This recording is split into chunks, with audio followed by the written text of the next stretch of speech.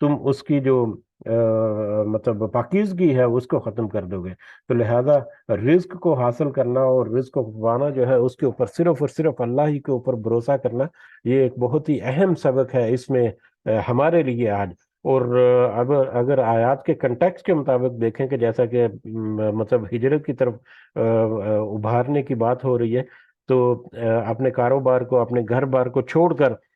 دوسری جگہ پر منتقل ہونا اللہ کے راستے میں یا اللہ کی رضا کے لیے، تو یہ بھی ایک، جیسا کہ کہا، کہ بہت ہی ڈیفیکلٹ ڈیسیجن ہوتا ہے کہ وہاں پر کہاں رہیں بہیں گے، کیسے کھائیں پیئیں گے، کہاں سے ہم کمائیں گے، کیسے کمائیں گے. تو یہ ساری چیزیں جو ہے یہ اس کی طرف بھی اشارہ ہے کنٹیکسٹ کے مطابق. اگر دیکھیں جیسے آیات پچھلا ایک موضوع چلتا رہا ہے، تو آج تمہیں رزق کی طرف